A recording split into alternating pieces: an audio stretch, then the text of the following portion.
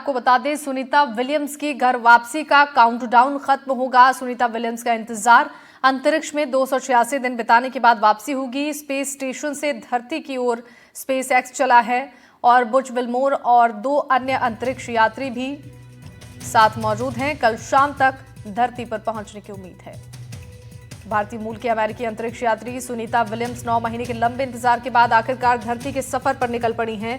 सुनीता अपने साथी Butch Wilmore के साथ अंतर्राष्ट्रीय स्पेस स्टेशन यानी कि ISS को छोड़कर स्पेस एक्स के ड्रैगन अंतरिक्ष यात्रा पर सवार हुई हैं और ये यान ISS से धरती के लिए रवाना हो चुका है। ISS पर 9 महीने से फंसी इन दोनों अंतरिक्ष यात्रियों का पूरी दुनिया में इंतजार हो रहा है।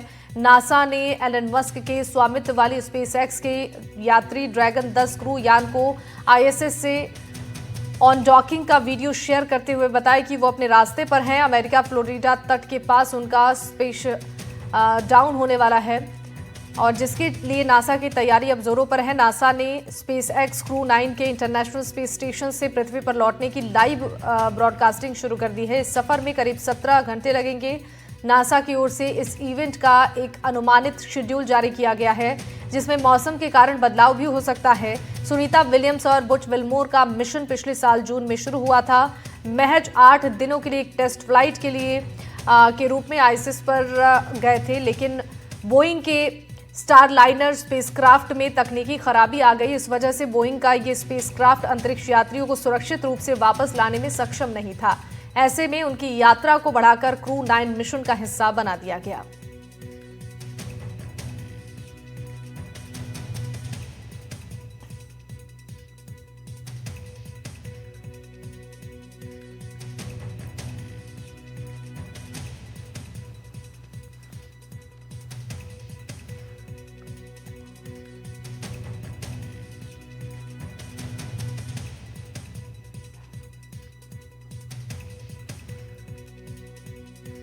तो बुधवार सुबह लौटेंगी Sunita Williams. SpaceX crew Dragon की कैप्सूल से लौटेंगी और बुधवार सुबह 3:27 पर उनकी वापसी होगी। फ्लोरिडा के समुद्र तट के पास सुनीता विलियम्स अपने साथी के साथ उतरेंगी। 3 और अंतरिक्ष यात्री लौट रहे हैं और निक हेग और अलेक्सांद्र भी लौटेंगे उनके साथ। निक हेग नासा के, अलेक्सांद्र गोर्बुनोव रॉस्कोमॉस और नासा से लाइव प्रसारण इसका किया जाएगा। सुनीता विलियम्स की घर वापसी के लिए काउंटडाउन शुरू हो चुका है और अब विलियम्स का इंतजार खत्म होगा।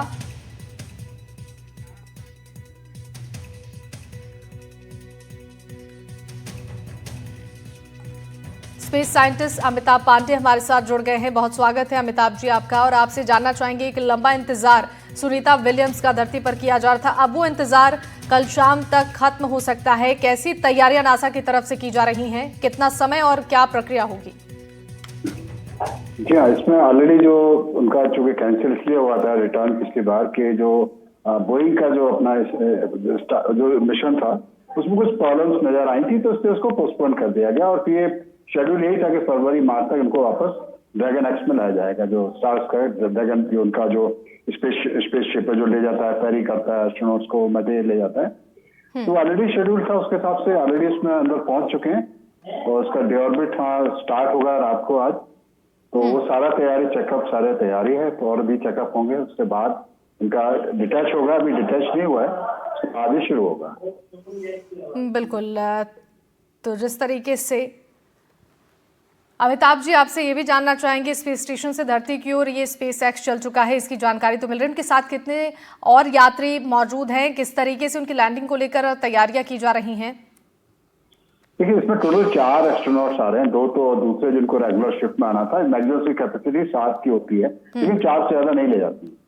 तो सुनीता विलियम्स और जो दूसरे जो उनके साथी हैं, इनके अलावा 2 लोग एस्ट्रोनॉट और जो रिटर्न हो रहे हैं। और ये बहुत ही तो हमको समझना होगा, ये बहुत रूटीन मिशन आप उसको मानिए, इसको इतना ज्यादा उसको खतरा नहीं है क्योंकि already tried and tested method है और ड्रैगन एक्स पहले भी ला चुका है ना, उसमें कोई इस तरह की दिक्कत की कोई संभावना नहीं है। जी जी बिल्कुल। अमिताभ जी आपसे ये भी जरा समझने की कोशिश करेंगे कि स्पेस स्टेशन से धरती तक का ये जो सफर होगा ये कैसा रहेगा, किस तरीके से इसे समझे? उसमें सबसे पहला काम तो होता है कि उसको ISS के जो हार्मोनी मॉड्यूल से डिटैच करना है। डिटैच करने के बाद फिर उसको जब एक प्रॉपर टाइम आता है डिऑर्बिट करने का, तो उनको पूरी ट्रेजेक्ट्री कैलकुलेट करते हैं कि कितना टाइम लगेगा। तो पाथ सीधा नहीं होता कि सीधा से लैंड नहीं करेगा, वो उसका एक ऑर्बिटल पाथ ही उसको कंटिन्यू करता है। तो उसे सीधे मेजर टास्क होता है उसकी स्पीड को कम करना। तो लगभग जो 28,000 किलोमीटर पर आवर की स्पीड से जो ऑर्बिट कर रहा है ISS और ये ड्रैगन XP, तो उसको स्लो डाउन करना होता है। तो पहले तो उसके जो डिऑर्बिट रॉकेट जो बर्न करेंगे, बर्न डाउन होगा, उसके बाद जैसे एटमॉस्फेयर में एंटर करेगा करीब आपका 150 किलोमीटर कुछ आगे, फिर एयर फ्रिक्शन उसको ब्रेक डाउन करना शुरू कर देगा। और वो जो आपका जो समय है उसके बाद आपका करीब मान के चलिए कि आधे घंटे का समय मान लीजिए 60 मिनट का, इस 60 मिनट में उसको आपको आके लैंड करना है। और 60 मिनट में उसमें स्लो डाउन होते होते फिर आपके 1.5 किलोमीटर की ऊंचाई है उसके पैराशूट खुल जाते हैं, फिर पैराशूट से उसको स्प्लैश डाउन कर जाएगा ओशन में। बिल्कुल सर, बहुत ही अच्छे से आपने इस बात को समझाया। सर आपसे ये जानना चाहेंगे, 9 महीने का ये लंबा समय जिसका इंतजार सभी लोग कर रहे थे, कितना चुनौतीपूर्ण ये सफर रहा, कैसे इसको समझे? देखिए, हम थोड़ा सा ज्यादा इमोशनल हो जाते हैं क्योंकि हमारे इंडियन ऑरिजिन के एस्ट्रोनॉट है। ये इनके लिए काफी रेगुलर तो सुनते हैं। हम पहले भी 6 महीने से ज्यादा ISS पर रह चुके हैं और मैक्सिमम पीरियड जो एस्ट्रोनॉट ने गुजारा वो 1 साल से भी ज्यादा का है, करीब मोर देन 500 डेज। तो ये एक लगातार इनका प्रोसेस का पार्ट है। तो अल्टीमेटली हमको अगर मार्स में मिशन भेजने हैं तो आप मान के चलिए कि 9 महीने तो एक तरह की जर्नी होती है, 9 महीने रिटर्न जर्नी होती है और आपको करीब 1.5 साल तक मार्स पे रहना पड़ेगा। तो हमको लगातार ह्यूमन बॉडीज पे लॉन्ग स्टे का क्या असर होता है उसी स्टडी का पार्ट चल रहा है। उसको हम उसी ढंग से हमको रहना चाहिए। और सुविधा बड़े आराम से थी वहाँ पर, फूड सप्लाई, सारा मेडिसिन, किसी किस्म की वहाँ पर कोई दिक्कत नहीं थी। बिल्कुल सर, आप देखिए जितना एक समय रहा, इस समय को लेकर इंतजार सभी को था और इस मिशन पर सबकी निगाहें थी। आपसे ये समझना चाहेंगे सर, खतरा और चुनौतियां क्या क्या इस मिशन को लेकर सामने आई?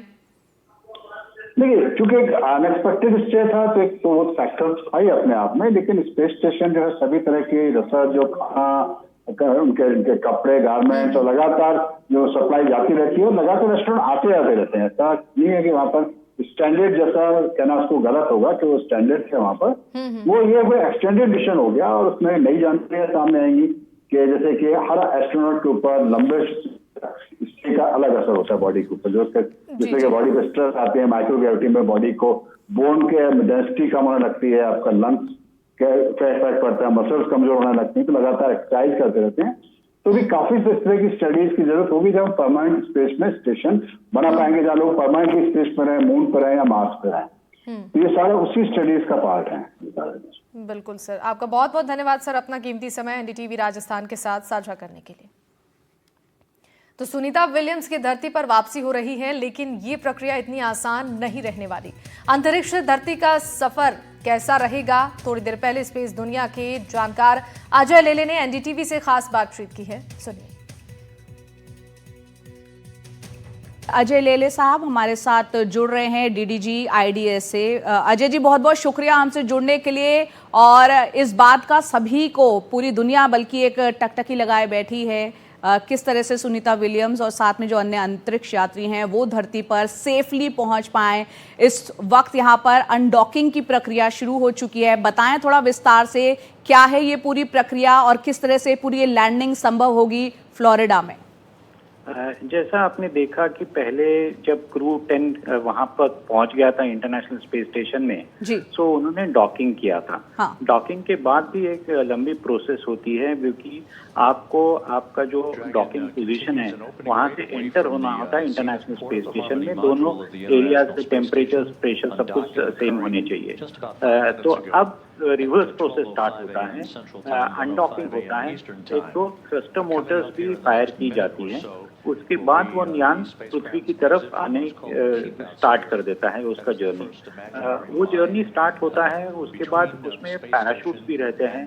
जब वो धरती के नीचे तक आने स्टार्ट हो जाता है तो वो पैराशूट्स डिप्लॉय होते हैं, क्योंकि आपको स्पीड को कंट्रोल करना है। उस समय भी कोई थ्रस्टर मोटर्स फायर होते हैं। काफी भारी मात्रा में स्पीड को कंट्रोल करने की जरूरत होती है, क्योंकि जब स्टार्ट होता है तो बहुत ज्यादा स्पीड होता है। और उसका सेफ लैंडिंग करने के लिए सबसे महत्वपूर्ण चीज है वेदर पैटर्न उस समय का क्या है। आपको एक विंड का स्पीड मिनिमम चाहिए, आपको जो ओशन, बिकॉज वो फ्लोरिडा के कोस्ट में लैंड होने वाले हैं, तो आपके जो पर्टिकुलरली वहां पे ओशन सरफेस के ऊपर जो वेदर होता है, आपके जो वेव्स होते हैं, वो वेव्स की हाइट क्या होनी चाहिए।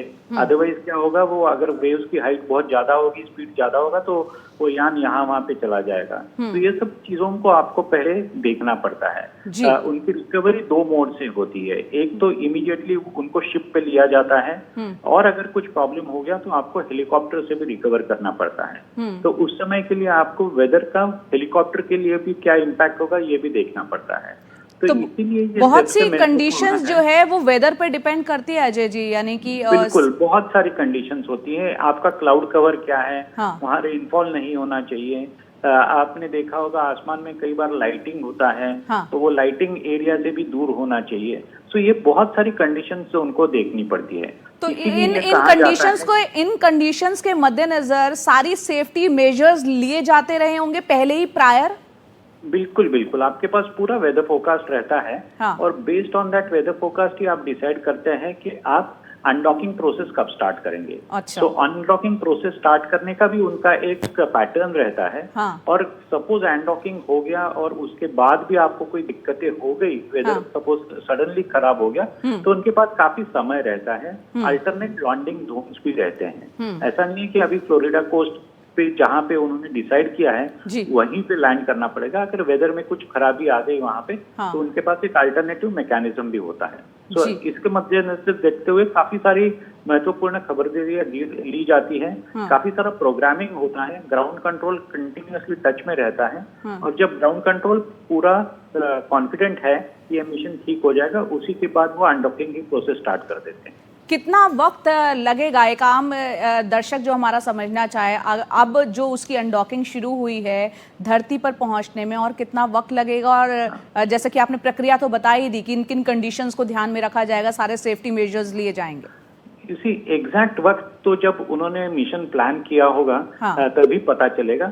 लेकिन ये कहा जाता है कि 5 घंटे से 30 घंटे तक वो यान सुरक्षित रह सकता है। तो उन्होंने जो प्रावधान लिए होते हैं, वो अगर आपको अनडॉकिंग के बाद लैंड होने में 30 आवर्स भी लग जाएंगे तो भी आप उसको सुरक्षित कर पाते हैं। आपका एक डी ऑर्बिट पोजीशन सब्सिक्वेंटली होता है, तो उसके काफी सारे स्टेप्स है। 55 मिनट्स बिफोर लैंडिंग आप डी ऑर्बिट मोड में जाते हो, क्योंकि उसमें क्या होता है, अगर आपका वो एक हादसा हुआ था कल्पना चावला के साथ, जब आप अर्थ के ऑर्बिट में एंटर करते हो तो टेम्परेचर्स बहुत होते हैं, तो आपका जो थर्मल शील्ड है वो अच्छी तरह से काम करना चाहिए। तो थर्मल शील्ड की पोजीशन जो होती है वो around 55 minutes before landing change की जाती है। वो डायरेक्टली नीचे की तरफ हो जाती है, सो दैट टेम्परेचर का कोई प्रभाव ना पड़े। यहाँ आपने कल्पना चावला का जिक्र किया, करनाल की वो थी, भारतीय मूल की वो भी थी, और जो घटना घटी वो बहुत दुखद थी। अब सभी इस बात की प्रेयर कर रहे हैं, सब ये दुआएं कर रहे हैं कि सुरक्षित इनकी धरती पर वापसी हो, जो एस्ट्रोनॉट्स वहां पर हैं। तब की तकनीक और अब की तकनीक में क्या कुछ अंतर है, इनको अगर हम कंपेयर करें तो? नहीं, बेसिकली हम इसको कंपेयर नहीं कर सकते, बिकॉज कल्पना चावला एक स्पेस शटल में आ रही थी। स्पेस शटल ऐसी चीज होती है कि जो धरती के ऊपर, एयरपोर्ट के ऊपर एज अ एयरक्राफ्ट लैंड हो जाती है। तो वो तकनीक अलग थी, ये तकनीक अलग है। लेकिन मेरा कहने का तात्पर्य इतना ही था कि हीट शील्ड दोनों में होता है। और हीट शील्ड की इंपॉर्टेंस ये है कि as you enter the earth atmosphere, आपके टेम्परेचर्स ऑलमोस्ट 2000 डिग्री सेल्सियस होते हैं। तो अगर आपको अच्छा हीट शील्ड नहीं होगा तो यान में प्रॉब्लम्स हो सकते हैं। ओके, एक चीज और बताइए अजय जी, यहाँ पर क्योंकि 9 दिन का सोचते सोचते 9 महीने से ज्यादा का वक्त यहाँ सुनीता विलियम्स और बुच विल्मोर को वहाँ गुजारना पड़ा। अब जबकि उनकी लैंडिंग यहाँ पर होगी, उम्मीद है, सभी प्रेयर भी कर रहे हैं कि सुरक्षित घर वापसी, धरती पे वापसी होगी। किस तरह की कंडीशंस, क्योंकि ऊपर ग्रेविटेशनल फोर्स उस तरह से नहीं होती यहाँ जैसे धरती पर होगी, तो कैसी चुनौतियों का सामना इन एस्ट्रोनॉट्स को अब यहाँ पर करना होगा फिजिकल कंडीशंस के पॉइंट ऑफ व्यू से?